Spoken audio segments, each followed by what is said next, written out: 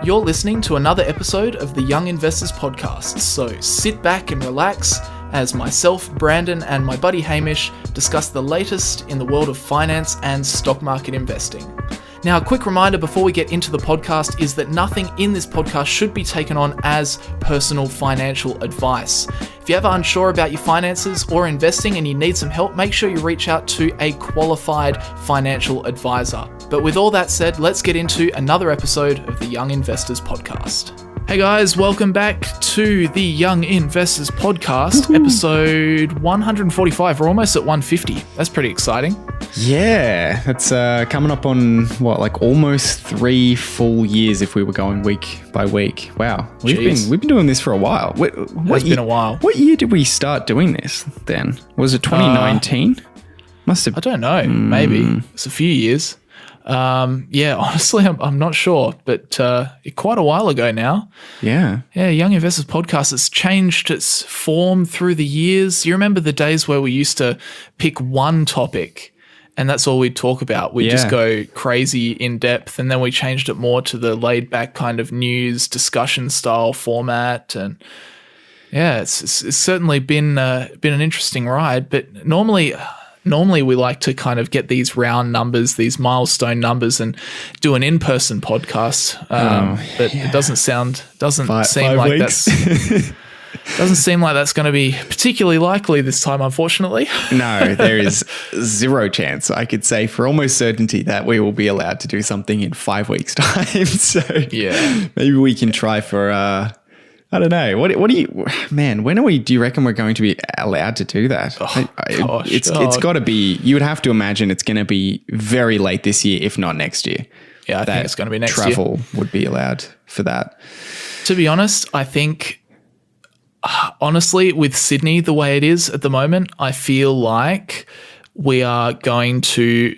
The lifting of restrictions will not be because COVID's gone away. It will be because we've hit a vaccination target.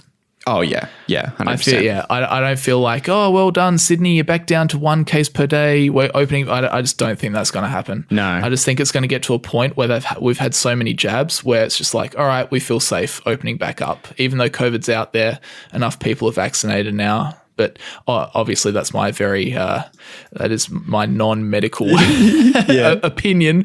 But I don't know. That seems to be the way that it's kind of working. But I think it's still going to be a while. I've got my vaccine booked in. So do I. Yeah. Yours is actually sooner than mine. I could only get in on the 3rd of November. I think mine is for my first jab. Wow. Yeah. But, at least I've got an appointment. I mean, it's better than not having an appointment. Yeah. No, it's kind of strange because I think this lockdown seems like it's gone for a long time. It must be over a month that Melbourne has been in this lockdown and the cases are just going up. It's really not like last year where we were in lockdown for a very long time, but the cases kind of reached a point where they started to go down after we were in lockdown for a long time. So, who knows? I guess everyone's just got to get. Do you feel people are still adhering to the lockdown restrictions as much as what they were initially? Personally, I don't know. I don't know of anybody personally who's been more relaxed than last year, but I would imagine that's the case. I would imagine that there would have to be people who are more, but I mean, it's also really difficult to even do that at all in, even if you wanted to, I think in Victoria, because we have the curfew. So it's not as if, I mean, if you're driving home late at night, you can't be out. So you can't you can't even say that you were somewhere else. Like you were just going to the shops or something if you were driving home at midnight from someone's. So, with that curfew in place, it kind of makes, obviously you have no excuse to be out of your house. So, surely that is having somewhat of an effect, but I don't know. Who knows? And that curfew was 8 o'clock, wasn't it? Yeah, it's early. It's really early. So that means that all businesses have to be shut by 8. Except all of the essential, but if the essential businesses stay like supermarket, I don't know, in Victoria, do supermarkets stay open until 10 or 11 o'clock at night normally? I don't think supermarkets have been open, but you can get food and things delivered. So you can still get delivery of things. So there's essential services that are still open after 8 p.m. Right. But Okay. Otherwise you can't like physically go to the shops after 8. So yeah.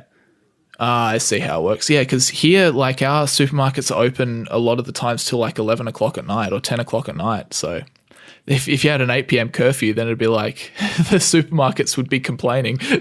Yeah, and I mean, they just have to shut down. Yeah, I mean, there's been a couple of times where I've been like, oh, I'll just go grab something from the shops, and it's like late at night, and I'm like, oh, it's 8:10. No, I can't. Nope. Oopsie. Back I go. Yeah. Anyway. All right. So let's talk about, well, guys, not going to lie, this week, it was so dead. It was like the news was dead as a dodo this week. There was just nothing. We've got like 4 things to talk about today, and we need more Q&A questions as well. So if you wanted to ask a Q&A question, feel free to go over to the YouTube version of the podcast and drop us a comment, because we are down to our last. Actually, we've still got 3, but after that, we're done. Yeah, we're gonna have to start making them up. I'm gonna have to start making YouTube accounts. Oh, and we've gone from George here. No, just don't. This next question comes in from Hamish Hodder. But I guess we don't have that much to talk about, but the stuff today is still quite interesting, I think. Yeah. So I'm interested to dive into some of these stories. So should we get stuck into it? Yeah, absolutely. So today's episode is sponsored by Sharesight, which is an application you can use to track the performance of your stock portfolio. So basically you can pull in all of your trades either manually or automatically if you trade through one of the associated brokers, which is pretty much every major broker at this point. And it will allow you to track all of the different types of gains. So capital gains, dividends. If you have dividend reinvestment plans, it will do all of those calculations for you. Currency gains, if you're buying shares internationally or you hold foreign currencies. And then you can also use it for when it comes to tax time. So Sharesight generates up to 10 different reports, or I think it's 12 different reports now, that can be used to track performance as well as use that tax time to work out things such as your capital gains, dividend income, and more. And at the moment, you can try Sharesight for free by heading over to sharesight.com/young investors. That site spelled SIGHT, sharesight.com/young investors. So you can use that link, sign up to a free plan, and you can track up to 10 holdings, 10 stocks for free forever. Or you can also use that link to sign up for more features. And if you use that link, you'll get 4 months off a yearly subscription, which is not 25% off, not 50% off, 33% off. Hey. I hope I got that right. That would be embarrassing. Hey. So go check it out. And thanks everyone who has used that link to sign up and is supporting the podcast. Thank you very much. Yes, absolutely. All right. Tell me about, let's dive into this. I have not been following the Elizabeth Holmes trial. This seems very interesting, though. Do you want to take us through what's been going on? Yeah, I mean, I kind of forgot about this story because this was something that happened, and I'll go through what the story is for those who are not aware. But this is something that happened quite a while ago, quite a few years ago now. But Elizabeth Holmes is finally going on trial, criminal trial. Ooh. So Elizabeth Holmes is the former founder and CEO of Theranos. Is that right? Theranos? I don't know. Theranos. The former CEO of Thanos.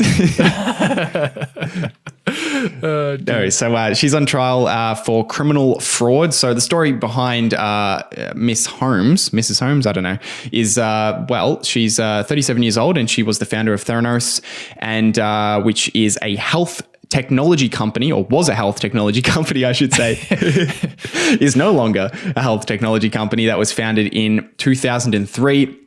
And sometime around, I think, 2010, the company started to claim that they were revolutionizing the blood testing market, or just revolutionizing blood testing. And they developed, or had claimed to have developed, a technology that could provide testing with just a finger prick of blood, and then also provide results immediately for a wide variety of tests, a much wider variety that was normally available. And this was a massive innovation. So previously, and for a really long time, blood testing has been pretty much exactly the same. They require a significant amount more than a finger prick of blood, multiple vials of blood in a lot of cases, and there's a much longer wait time, usually a day or a couple of days at the fastest. So what they were claiming to be able to do was was very impressive.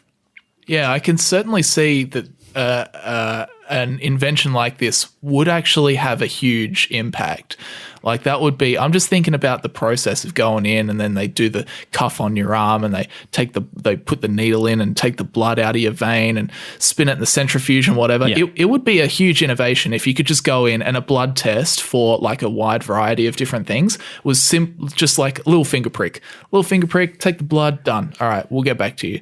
That would be so much faster, so much better. So you can understand that if this actually went through, this would be a pretty groundbreaking thing. I would imagine that would take off pretty well. Yeah, absolutely massive. The amount of just thinking about the time saving in that is and convenience is huge, worth so much. I mean, speaking of worth, the market actually valued the company at $9 billion at one point after raising a total of $400 million in venture capital. So it wasn't a public company. This was all private venture capital. They had some big investors go into it. I think the most notable was Rupert Murdoch from Fox invested quite significantly into it, which didn't turn out too well. But Holmes was also recognized as the youngest self-made female billionaire. So she was, everywhere, plastered everywhere. This was not some small kind of thing going on in the healthcare industry and people wouldn't know about it.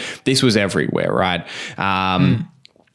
But there was a little problem. Just a little problem with the problem. It was just nothing super important, but the company was a complete fraud. So there's a lot of problems with the company, and I highly recommend people check out the HBO documentary that breaks down the founding of the company and then the fallout of the company as well, because you get to understand a lot of the details that I couldn't possibly explain about why medically and scientifically it makes no sense that they could do what they were claiming they could do. But the devices eventually were found that were developed by Theranos gave inaccurate results. And then on top of that, the company was also using commercially available machines made by other manufacturers for most of its testing. So when they were selling this testing technology and doing testing for people and for businesses, they were doing it using other machines that they didn't make, which is probably not something great, right? It's kind of like Amazon reselling. We'll just buy the machines over from the company in China, slap our logo on them and sell them on. Yeah, it's kind of, I don't know. Yeah, that's... It's kind of crazy. Yeah. I found it quite ironic also that her father was the vice president at Enron. Of course he was. Which was the energy company that was committing accounting fraud, probably the biggest case of fraud of all time, I think. Yeah, I would imagine. That is quite ironic. So yeah, the apple doesn't fall far from the tree, apparently. Although... To be said, maybe I have to say allegedly, because she's not been found guilty yet. So allegedly, the apple doesn't fall far from the tree. Let's say that. That is a handy word, isn't it? In news reporting, isn't it? Allegedly, it's shocking how it's used in most cases. How you could just say allegedly and then go on and spew whatever you want about somebody. Yeah. It's basically, but I said allegedly. Yeah. I didn't say I was telling the truth. I said allegedly. Yeah, people are so numb to that word as well. So you don't even read that word at the point. It's just, allegedly this person did what? Yeah, exactly. Yeah. Yeah. But so finally she's on trial. So she went through a bunch of civil suits, of course. Shareholders sued her and they came to an agreement. And then I think there was a number of businesses that also sued her. So I think Walgreens and Safeway had partnerships with Theranos. So there was a bunch of civil lawsuits, people suing for money. But now she's finally on her criminal trial, which is where she's been breaking the law. So she's on trial for 10 counts of wire fraud and 2 counts of conspiracy to commit wire fraud. And wire fraud, it sounds fancy, but it really just means a crime where a person has a scheme to obtain money based on false representations or promises. So someone who lies to get money, basically, in some way. Makes sense. And so this week her trial began. That's kind of what the news is this week. It's going to be a long trial. It's expected to go for 13 weeks or even longer. So there's not going to be anything next week that I can say, haha, she's in jail now, or anything like that. But this week they basically gave the two sides gave their opening statements. And I thought the defense's statements were kind of funny, so I wanted to include some of them here. The defense argued, and these are all quotes: "A failed business does not make a CEO a criminal." Okay. Holmes did not go to work every day intending to lie, cheat, and steal. Of course, intending, important word. Yes. And of course, intentional deception is a key element of fraud. So that's why they're saying that. But I just find it funny. She didn't intend to lie, cheat, and steal. She just did. She did it by accident. She accidentally lied. She accidentally cheated. She accidentally stole from you. It is interesting that, obviously these lawyers are very, very good at what they do. Oh, yeah. So it's interesting how they would have read through the laws, and then after they read through the laws, they structure exactly how they say the sentence to line up with the law. For example, like Holmes did not go to work intending to lie, when the law would say it's intentional deception. So it's like, oh yeah, the judge would be like, oh yeah, well, across that law, yeah, you're right. Actually, it's just interesting to see kind of their process and how they structure what they say to be most effective for the situation that they're in, I guess. Yeah, it's it is very interesting because they don't have to necessarily defeat every single part of what it is to commit fraud. They can just kind of pick at elements of it, right? And try and make those elements, have some level of doubt in there, which is what's necessary. You need to prove beyond a reasonable doubt in a criminal trial, which is so that's what they're kind of trying to do. They also claimed that she walked away with nothing. So they argued that she didn't actually gain anything from this. Okay. She got caught. Yeah. She would have walked away with some, but I didn't get anything. You guys caught me as I was walking out of the store with the TV under my arm. I stole $1,000 from the till, but on the way out, I got caught, had to give it back. What? I walked out with nothing. How did that get there? Yeah. I didn't intend to do that. I just did. Oh, that's quality. Oh, gosh. And then the last one the last kind of claim that they made that I thought was interesting was they said that to invest in Theranos, you had to be a multimillionaire. These were sophisticated investors that knew the risks of investing in a startup. So that's kind the of investor's fault. Yeah, exactly right. So, more pointing to their defense being that this was just a failed business, that she didn't intend to mislead investors, that it was a startup, and that, she didn't do anything wrong, really. The prosecution sees it a little bit differently. They basically... That's surprising. Yeah, I know. So the prosecution stands up. Can't argue with that logic. Case dismissed. All right, case closed. You're free to go. No, that didn't happen. So they, a couple of quotes from the prosecution. The fraudulent scheme made her a billionaire. So, I think that's a fairly good response to them claiming that she walked away with nothing. Yes, but she was a billionaire for a certain period of time. She was, she was plastered everywhere. She was on the Forbes list, the youngest female billionaire ever. So she certainly had a significant amount to gain from this. And then, they also just claimed that she knowingly lied to investors. And we haven't seen, anything of the case yet. These are just opening statements, of course. So over the next few weeks, we'll kind of get more information about the prosecution's case and the defense's case as well, and how they're going to approach it.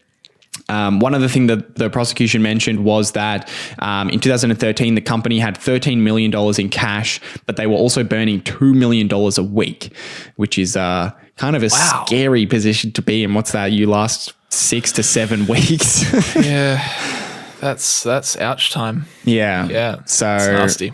Yeah, I mean this company was not the best example of a company out there. But if convicted, she will face a maximum sentence of 20 years in prison. So that's what she's up against. As I said, we'll have to see how long this, we'll kind of see as this trial goes over the next few weeks. But you would imagine that with how much kind of information there is out there about this already, that the jury is very much spoiled, right? Like you hear a lot about these big high profile cases where the jury just has heard way too much from the media to be unbiased when they come into the case. Because ideally you want a jury that's never heard of any of the parties so that they can just hear the information in the court, only what they're supposed to hear. The judge can dismiss things that are misleading and that sort of thing. Yeah. And then they make a rational decision, right? That's out the window. There's no chance that's happening with this trial. So I don't know. What do you think's going to happen? Do you have an opinion?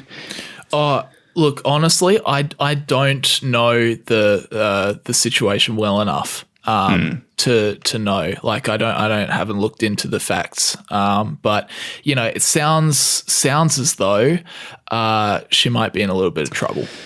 Yeah. Allegedly. Sources close to the matter say an anonymous source just slipped me something. What's this? Oh yeah, she's guilty. Yeah. I'd have a stronger opinion if I knew more about what had happened. But from just what you said, it sounds like she might be in a bit of trouble. What do you think?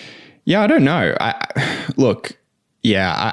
I would imagine that she's going to be found guilty. Like even before looking at the case, like as I said, I mean, with how much this media attention this story has and how high profile it is, I would be extremely surprised if the jury came back with anything but a guilty verdict. But we will see, right? There's always little details in these cases that might not be publicly available yet.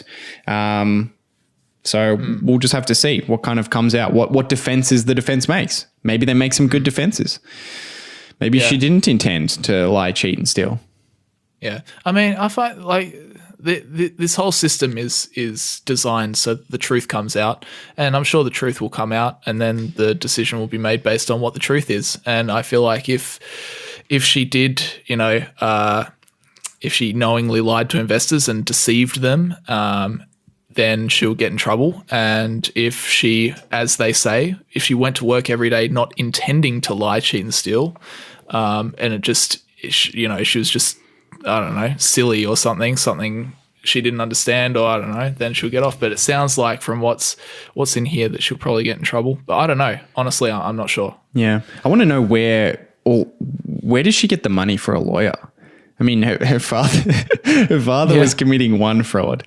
She's allegedly committing another one. Forbes changed her. This is after this all came out as well. Forbes obviously took away her self-made youngest female self-made billionaire title, and they changed her net worth on the Forbes list to 0. That's pretty funny. Yeah, that's pretty funny. Where are you getting money from? If you have any money left, it should not be going to you. Yeah, I reckon. Yeah. Anyway, very interesting. Very interesting. All right, should we leave that one there and move on to the next news story? Yeah. What do you want to talk about? Let's talk about Uber. This is just kind of this story almost serves as a follow up to something we were talking about a couple of months ago. So I'll read out what's been going on. So it says Uber is shoveling profits to the Netherlands. Ooh. It says Uber Australia has continued its long-standing practice of sending revenue to its head company in the Netherlands. In 2015, Uber told a Senate corporate tax avoidance inquiry that about 25% of each transaction in Australia was routed to its head company in the Netherlands. This entity, Uber's Netherlands-based wholly owned subsidiary, is called Uber International Holding BV. then paid Uber Australia a fee for providing service support in Australia. So this is kind of a similar story to what we're talking about with Facebook, right? How Facebook would shovel their profits away and then Facebook would provide some sort of service to the head Facebook, I suppose. Yeah, I think it was, what was it? The Singapore business was selling the advertising space to the Australian subsidiary. So it was the Australian subsidiary, which of course received money from businesses, and then they would have to give all of that money to the Singapore subsidiary because they were buying the ads from the Singapore subsidiary. So it's just a rerouting money into a business that pays tax in a different country. Yeah, it's just a workaround. Yeah, and that's exactly what's happening with Uber as well. Because if you have a look here, it says Uber Australia's 2020 accounts state the group has a cash pooling arrangement with Uber BV, and all cash at bank is transferred to Uber BV at the end of every day. So Uber Australia reported more than $1 billion in revenue and, get this, just $7 million in profit after tax for the 2020 year. This compared to $901 million in revenue and $1.6 million in profit after tax in 2019. So a lot of revenue and absolutely no profit. And then its accounts also show a $643 million service fee paid to related companies. Man, equal to more than half its total reported revenue. It just goes to show how easy it is for businesses to move overseas, basically, if tax rates change in countries. Like, as an individual, if the tax rates go up, you're probably not going to move, right? Yeah, I mean, if the Australian tax rates go up for me personally, I'm not going to be like, that's it, I'm moving to Singapore or something like that. You'd have to make a lot of money. That's not going to happen. But for a business, it's easy. I mean, imagine if the Netherlands increased their corporate tax rate massively. They'll just move that subsidiary somewhere else, and all of a sudden, Uber International Holding BV is in wherever the lowest tax rate is for them, or wherever is the most appropriate for them. So, yeah, it's kind of crazy that that they can do $1 billion in revenue and have $7 million in profits. Yeah. Wow. It's funny because it's just like, it's legal, and because they don't even try and hide it. Like, it's so obvious. Yeah. They're just like, yeah, we made $1 billion in revenue in Australia last year, and we made $7 million in profit, and we sent $643 million to as a service fee paid to related companies. It's like, it's so obvious. Yeah. But anyway, it's a bit of a loophole, and it's very commonly exploited loophole. And it's not just Australia where this is exploited. It's around the world, and companies generally, what we find is they like to go to Singapore. But in this case, they've got a shell company in the Netherlands. It says here, several submissions to the Senate Select Committee on Job Security argued that Dutch shell companies are at the heart of Uber's global operations. You don't say. One submission from the Centre for International Corporate Tax Accountability and Research, man, that's a mouthful, revealed that in 2019, Uber's top Dutch shell company controlled more than 50 other Dutch subsidiaries and pulled in more than $5.8 billion in operating revenue from countries around the world, excluding the US and China. Wow. The quote here from the submission is, the direct transfer of revenue from around the world to the Netherlands leaves little, if any, taxable profits behind. And yes, that is true. And that is the idea. And yeah, I just noted here down the bottom that this is very interesting follow-up, because we've been talking about this quite a bit recently. And it's just another example of moving profits away from high corporate tax rate companies. And it again sparks the debate of what is the appropriate course of action as a government in terms of setting your corporate tax rate. Yeah. I mean, what do you even do you could block these kinds of transactions, but how do you even define that? Because I'm sure that Uber has a definition for, and I mean, it's quite obvious what they're doing here, right? But they obviously have an explanation for the services that the Netherlands business is providing. And who's to say that, that business, that they can't charge that amount to another subsidiary of Uber. I don't know. Maybe you can. Exactly. Maybe you can block that in some way. I don't know. But the fact that it exists, I would imagine that it's very difficult to block that in any way. But maybe I don't know. Yeah, I mean, I'm sure Netherlands is quite happy about it, but yeah, I mean, yeah, for sure. That's always the thing. It's just like there's obviously arguments on the corporate tax rate, whether it should be higher or lower. But if it's higher, then we see more of this activity, you know, we see it's obviously quite easy for these companies to do. Uber's done it, Facebook's done it. I'm sure a lot of other companies have done it. Just found technical ways where they can just easily send their revenue offshore and essentially have their Australian business run at, you know, break even or run at a loss or whatever. So yeah, it's interesting. If you have a really high corporate tax rate, then this happens more. Or do you take the approach of lowering your corporate tax rate, making your country more competitive and trying to entice more businesses over? Does that lead to an increase in tax revenue for your country? These are just interesting things that get debated a lot, and I feel like there are people that have very strong views in either direction. I don't know enough about it to have a really strong view either way, but it seems like it's just an interesting debate overall as to what is your country's strategy, what leads to something that you feel is fair, and what leads to something that also generates a lot of tax revenue, because that's at the end of the day, it's what you want. You want tax revenue. You want to spend it on education and roads and all sorts of schemes. So yeah, it's interesting. I mean, and it's certainly different from country to country, because I mean, just one example is that different countries have different natural resources, right? So countries that have a lot of natural resources, oil in the ground or some other kind of resources, there's naturally going to be a lot of businesses that mine those resources, and that's going to generate a lot of revenue in your country. Whereas for other countries, they may rely more on, tech-related companies, for example. And to attract those companies, you might need lower taxes. So it differs from country to country. There's no one tax rate that's, this is the tax rate that every country should have. So it's a difficult problem that I don't think anybody has the answer to, which is why there's such a wide variety of opinions on it. Usually when there's a wide variety of opinions on a topic, it's a good indication that, there isn't one correct answer or one way to go about it. That's right. So that's kind of the situation we're at.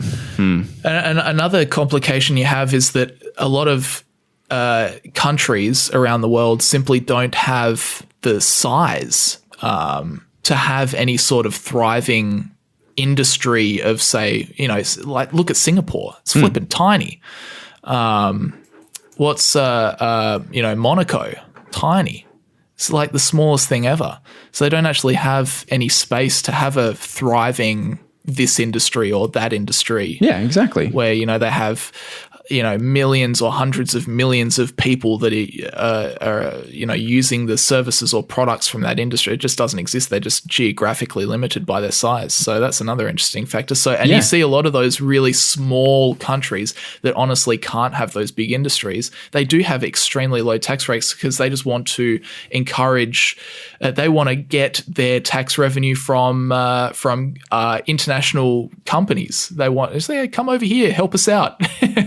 We'll make the deal sweeter. We can't really do much ourselves, so you guys come over here and we'll make it nice for you. Yeah. I mean, makes perfect sense, right? And but it is difficult to I don't know. No one really knows what's the right way to go about it. But yeah, I mean, there's certainly, I think you could certainly point to some loopholes and you could say, hey, how can we try and stop businesses blatantly abusing this certain thing? But you also can't really, I don't know, to me, it's you can't really blame the business for doing it, right? Like the business's goal, they have to, they have a fiduciary duty to maximize profit for shareholders. So if they're not doing everything in their power to maximize profit, and one of the ways they do that is through tax accounting, then they're not honoring their duty, their legal duty to shareholders. So I don't know. I never really blame businesses for doing things like this, as long as it's to the letter of the law, of course. it's more, I kind of looked at governments to say, hey, we should change these things, change the rules rather than blame the companies that are like, I guess, exploiting the rules. But that's what it means to be a big business at the end of the day. So makes sense. Yeah. Makes sense. All right, shall we move on? Yeah, I've got a follow up from last week's real estate story that we spoke about. Got another real estate story. Hit me. That CNBC served up to us. Thank you, CNBC. They listened. I love these real estate stories. They're always so just bonkers. They're crazy. Yeah, there's always some crazy, and I mean, it's always in the US as well. There's always some crazy property that something ridiculous is going on with. But so last week, if you didn't tune in last week, we spoke about a New Jersey mansion that in 2013 was originally listed for $39 million. Massive house. What was it called? It had a name. It was like the White House of whatever place it was. New Jersey or whatever. Yeah. The White House of New Jersey. No, it was... Sounds about right. Yeah, something like that. Massive property, right? And it was listed for $39 million in 2013 and just would not sell. Every single year, they just cut the price down. Eventually, the owner defaulted on the mortgage, and then it eventually sold for $4.6 million, which is quite a substantial amount less than what they were hoping for originally. Just a little bit. Just a little haircut. But this week, we've got another story in relation to a massive property, or I should say the biggest property, maybe, I guess. Yeah. I guess it is the biggest property. A property that goes by the name The One, you might have heard of it, has gone into receivership. So yeah, some of you may have heard of this property. There's a lot of very, very funny commentaries on the house tour or the real estate tour of this property. I highly recommend you go check some out. What was the one that you saw? Did you? Oh, well, I watched the original. So okay. This big name developer, I think his name's Niall. What is it? Niall Niami, I think. Yeah, something like that. Yeah, he's just over the top. He's built this massive mega mansion, and then he gets all these YouTubers to come through and make videos about it. So there's one by the YouTube channel is Producer Michael, right, and he gets a full walkthrough by this guy. And then I saw a video it's a channel called August the Duck, which is basically doing a parody and review of that video. And it's just hilarious. Some of the stuff, it's like the owners, it's just this massively excessive mansion. And the owner's talking about, how important this is for the world, and how what was your vision for creating this mega mansion? He was like, I wanted to change the world. And he's talking about how one of the lines in there is that he throughout this mega mansion he uses plastic flowers as opposed to real flowers because he wanted the property to be more sustainable. It's a sustainable Bel Air mega mansion. That's what exactly. it is. You don't have to change your flowers. The flowers last forever. They're made of plastic. Yeah. Completely sustainable. No, it's ridiculous. I watched one from Cody Co that was just hilarious. I was just crying in laughter. It's you have to go watch this. Even just watching the original, you'll just die. It's very funny. But this property is obviously massive. It has 9 bedrooms, multiple kitchens, a nightclub, 4-lane bowling alley, a salon, a gym, a 50-seat theater. That is huge. Yeah, dude. It's massive. That is huge. A running track, an underground garage for 50 cars. Who the hell has 50 cars? Yeah. If you've got 50 cars, unless you're a car collector, I mean, I guess you have to be a car collector to have 50 cars. Yeah. But the only other explanation for a lot of these places, they have a lot of car parking. It's because a lot of these homes are just used to have parties in. So right, that makes sense. A lot of people come to the house to party. So right, that makes a bit more sense.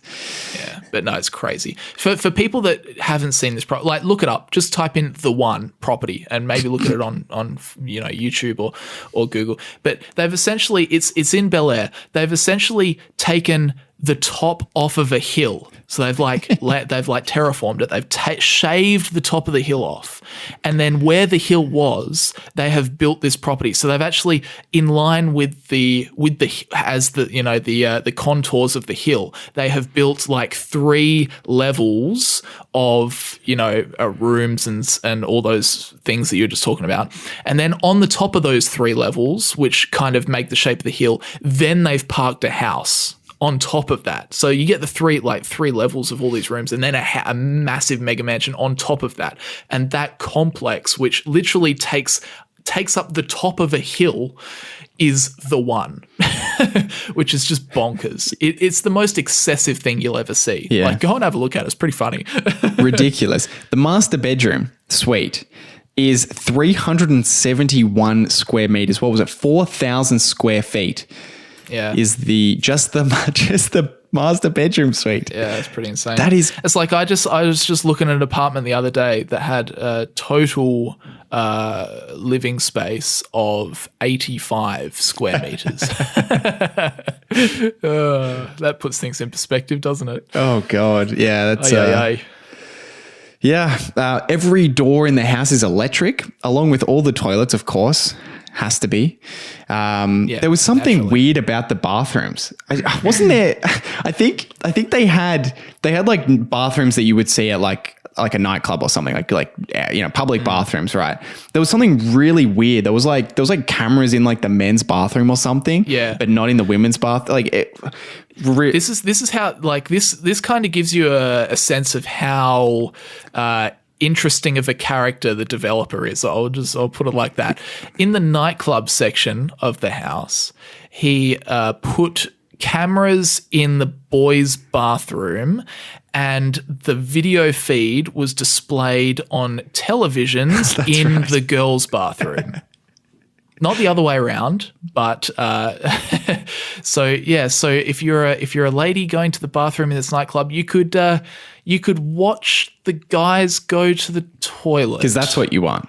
That's what every woman wants, right? But yeah, I'm sorry for that mental picture, but that's the kind of developer we're kind of talking about here. Yeah, you were a bit nicer than I'm going to be. This guy's insane. This guy he's straight delusional, as we're kind of getting to as well. We haven't built up to what ended up happening to this property, but it was set to go on the market in 2017, and there was a bunch of delays associated with that. I want everyone to take a guess. Like, how much was this listed for? Go down to the comments if you're on the YouTube version. Bit of a mental guess. Yeah, or a mental guess. Go to the comments. Just kind of, have a guess. This property was going to list, it did list for $500 million. 500 million smacks. That's insane. That's ridiculous. Yeah. For this, oh dear, you can understand why it's now in receivership, can't you? Yeah. For this property, you could get either this property or 5 hometown international delis. Wow, that's a good way of talking. Wow. Actually, now that I put it that way, you get 5. That's a lot. Yeah, that's a lot of hometown internationals. Yeah, and that comes with 5 CEOs that are part-time wrestlers as well. So yeah, true. Yeah, added bonus. That's a bargain. Yeah, $500 million. I mean, what was the guy thinking? I mean, honestly, you could tell from what he was thinking, because he was talking about how, in an interview, he was saying like, well, there are a lot of people in this world with a lot of money, and those people want something that no one else can have. If that's you, then the one is yours. So he was like hyping this up. You can totally understand why he priced it. It's just like the most excessive, insane thing, clearly marketed to some extremely rich, extremely arrogant, probably young dude that, would just watch this video and go, oh, I want to show off, and would just be like, oh, 500 million, whatever, I could, yeah, let's pay it. Let's just do it. But clearly, like, nobody's that stupid. 500 million. Yeah, no. Yeah. Newsflash, no one bought it. Yeah. So basically, the property went into receivership after the owner defaulted on more than $165 million worth of loans and debt. So that's insane.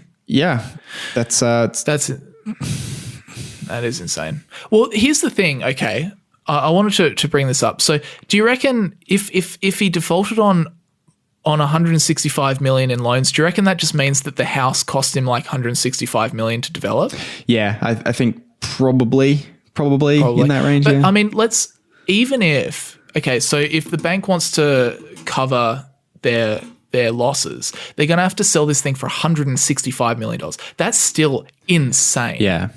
What happens? But that's the thing. This is what I was thinking about. What if because this is a very, very large property, very large residential property, very expensive. What happens if they literally can't find anyone that can buy this house? Like even at 165 million, if they just try and cover their losses, what happens then? Do they just keep reducing the price until it, they just take, I don't know, maybe a $65 million loss and sell it for $100 million if someone wants to buy it for $100 million? Or do they have to try and repurpose the property to something that can be sold? Do they have to can it be rezoned to a non-residential property? Can it be, will it have to be demolished? Like, how insane would it be if they couldn't sell it, and because they maybe couldn't rezone it, they had to actually take down the house? That would be just the most expensive waste of money I've ever heard. But I mean, when I'm thinking about this, maybe I don't know enough about this sort of stuff, but I feel like that could potentially happen. I have no idea. I would imagine that they would just try and sell it for whatever they could get. And I'm sure there will be an L. Yeah, and I mean, I'm sure they could probably get, some level of, I don't know. I would imagine that they could get a significant amount, probably not anywhere near 500 million. But the other thing is also, I don't know this for sure, but it says 165 million in loans and debt. So I would imagine that this the debt is probably spread among a bunch of lenders. So I would imagine it's probably not one single bank that's lended this money. That's true. If the bank did that, they're insane. But good point, actually. So, in that respect, maybe the losses are kind of spread out a little bit more. Well, not losses yet. Maybe they'll sell it for 165 million. Who knows? But yeah, crazy story. Wowee. Very crazy story. Thank you. Anyway. Thank you, CNBC, for that. Next week, I'm expecting one more.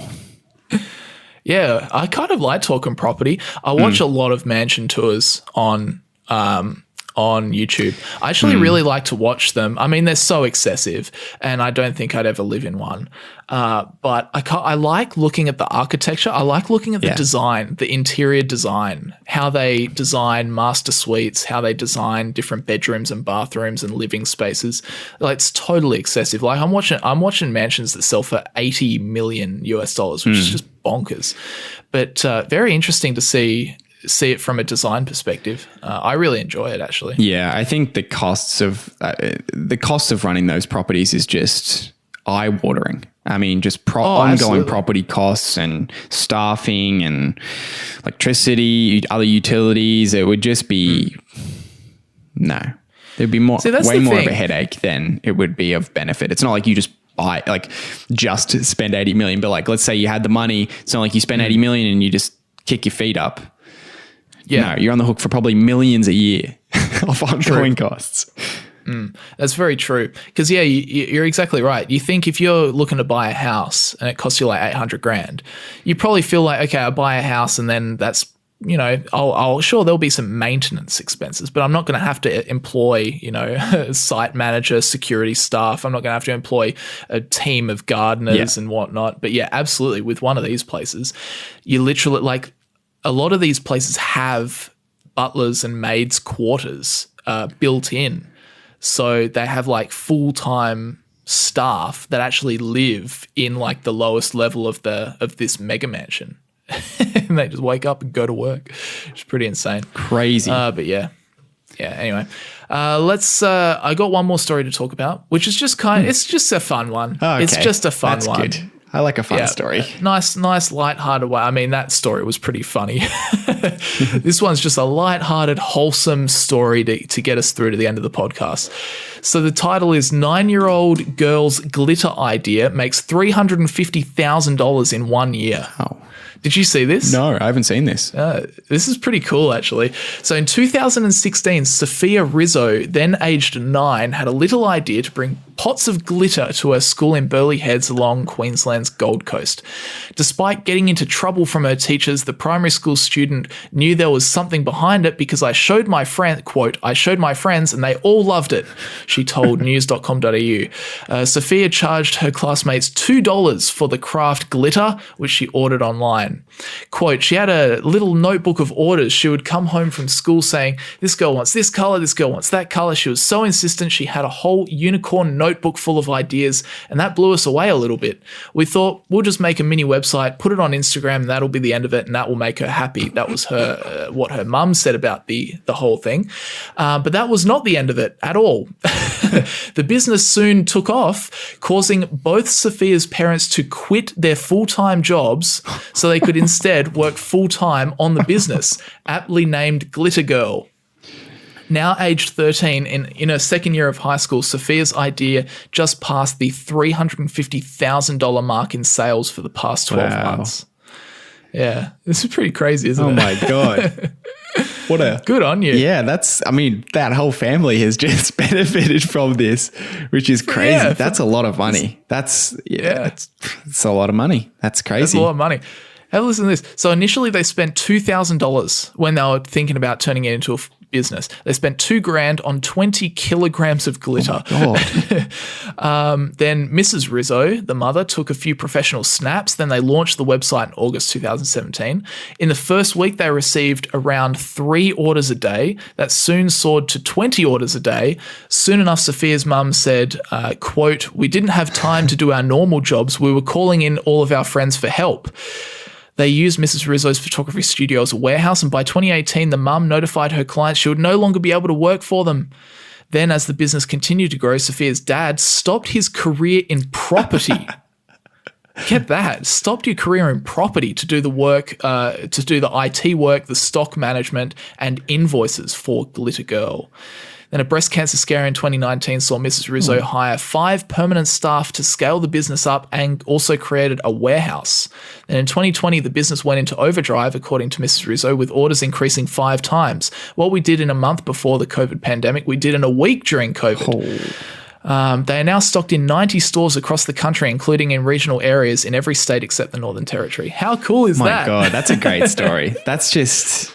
wholesome goodness. Yeah, I mean that's exactly what you want, right? If you start a business and the demand is just so much that you're just scrambling to try and stay on top of it. That's I don't know, that's crazy.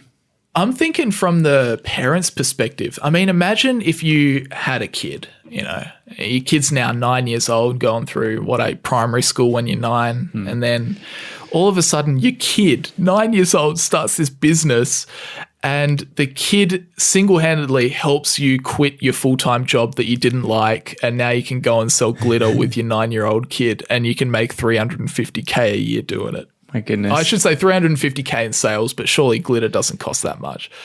Yeah, I feel like they probably would have been quite annoyed by it as well, because it would have been, maybe not making that much money, and they were just kind of putting time into it for their kid. And maybe, obviously they get some joy out of that. But I'm sure at a certain point it was just like, man, I've just come home from work and I've got to set up this Instagram and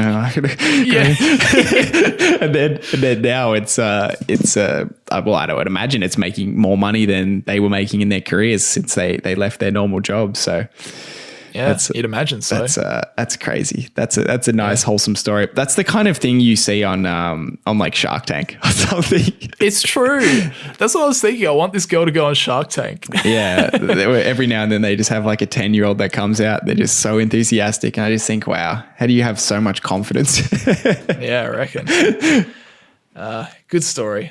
Good story. All right, should we move? Let's do a couple Q&A questions. Yeah, where should we? I'll read you this one. This one might be a short answer from both of us. I'm not quite sure, but hey guys, love your channel. Have any of you read The Little Book That Still Beats the Market? I think that's by Joel Greenblatt. Right. What do you think if this is an automated approach, could this still beat the market in the upcoming decades? Have you read that? Read that one?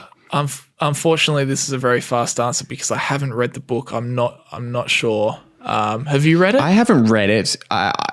Do you know what the approach is? I think so. Maybe I'll butcher this because I haven't read it, but I've listened to a lot of Joel Greenblatt, and my understanding is Joel Greenblatt runs a long short portfolio where he basically he has an automated approach for valuing every business, and then he goes long on the ones that are undervalued and short on the ones that are overvalued.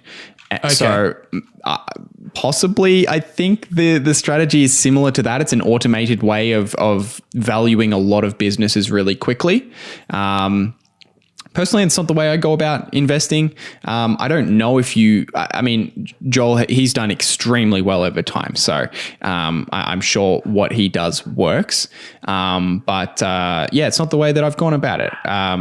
In my experience, businesses are they're all very different, right? And looking at just the service level numbers is kind of not enough. I'm sorry if you can hear my dog screeching. I wonder if that'll come up. Oh dear! Might have to have a quick pause. The dog gets a little cameo. Actually, no, we won't pause. She can have a little cameo. Leave it in. Yeah. So whenever someone comes to our front door, there's a delivery coming at the moment. She just goes crazy. She feels like she has to defend our house. So full defense mode. Yeah, she doesn't have the scariest bark though. So no, it's so cute. That must be a small dog. Tiny dog. Yeah, she's a toy cavoodle, and she's very, very small. So yeah, she doesn't have much of a bark. But she tries. She does her best. So wow, that is a cute looking dog. I'm just looking up Google Images now. Anyway, sorry. Where were we? What were we talking about? Yeah, I lost my train of thought. I personally, I haven't found any success in just looking at surface level numbers like PE, for example, or just overall cash flow, and then just applying automatic measures to companies to value them. I think it's, in Warren Buffett's eyes as well, it's much more hands-on. It's much more about deeply learning a few businesses and understanding how those cash flows will change over time. And that will be different for a lot of different businesses. So it's not the way that I go about it, but who am I to say that it doesn't work? Because I think he's made well above average, he's beaten the market indexes by a significant amount for a very long time. So right. Who am I to say, right? There you go. I'll put this on my reading list and I'll come back to this question. I'll try and read it in the next week or two. A little book that still beats the market. All right. I'll look into it. Okay, let me ask this one to you. When doing a DCF model, discounted cash flow model, on an ASX listed stock, the price is in Australian dollars, but all the financials are in US dollars. Should I be converting all those financials to Australian dollars or just use them as they are? An example would be Newcrest Mining. Wow, really? That's kind of interesting that they don't convert the financials into Australian dollars since it's listed, because what will happen in most cases, at least this has been my experience, but clearly it's not always the case. But in my experience, a lot of the time, whatever market the company's on, whether it's in the US or on the London Stock Exchange or the Australian market, that the financials are in that respective currency. But there's a couple of ways you could go about it. One way would be to assess the business entirely in US dollars. So just using the financials they provide, and assess the business, figure out what, say you think it's a great business, and then you get to a buy price for that business, but the buy price will be in US dollars. And at that point, you would want to convert it to Australian dollars because you are paying in Australian dollars for the company, right? The other way that you could go about it would be to convert all of the financials into Australian dollars and then figure out what the value is in Australian dollars and then compare that to the price. I think probably the first way would probably be easier, just to use their numbers in US dollars and do the only conversion you're doing really is from the buy price that you come to in US dollars into Australian dollars. But you definitely need to make a conversion. Yeah. Do you have any other thoughts on that? No, I was just going to say the same thing. If all of their financials are in US dollars, just do your valuation in US dollars, and then you'll get an intrinsic value in US dollars. You can convert that to a intrinsic value share price in US dollars. And then once you're there, just take that last number and convert it to Australian dollars. I think that would be very, very much the easiest way of doing it, as opposed, I mean, maybe you don't like to think in US dollars. Maybe you like to think in Australian dollars and it makes more sense to you that way. Feel free to go and change the financials to Australian dollars. That's fine as well. I'm just thinking for simplicity's sake. Yeah. Just if it's all in US dollars, just run with US dollars until you get to the end and then convert to Australian dollars once you've got your final number. Yeah, I can't believe they do that. That's it's pretty interesting. Yeah, I mean, because even for something like Alibaba, for example, I mean, they do convert into US dollars, but that's because you can buy the stock in US dollars, right? You buy it on the New York Stock Exchange, but they of course, the vast majority of, businesses that you were buying on, say the Shanghai Exchange, are all, you're going to see them in Chinese currency, in yuan. In yuan. Yeah. So. Yeah, that's really strange that they do that. Or RMB. Very strange. I honestly hadn't seen that before. So, very, very interesting. Yeah. Yep. All right. Should we wrap things up? Yeah, that's all for today. Thanks, everyone. And as we said at the beginning, I think we said this at the beginning, if you do have any questions, feel free to go over to the YouTube version of the podcast at youtube.com/The Young Investors Podcast and just leave your questions as comments on the latest episode. I think we're all out of questions, or we have like one more. So if you have questions, feel free to go ahead and ask it. That way we'll have some for next week. But thanks everyone for tuning in. Thanks to Sharesight for sponsoring. Again, if you want to try Sharesight for free, head over to sharesight.com/young investors. So use that link, sign up to a free plan, or get 4 months off a yearly subscription if you want to sign up to a premium plan.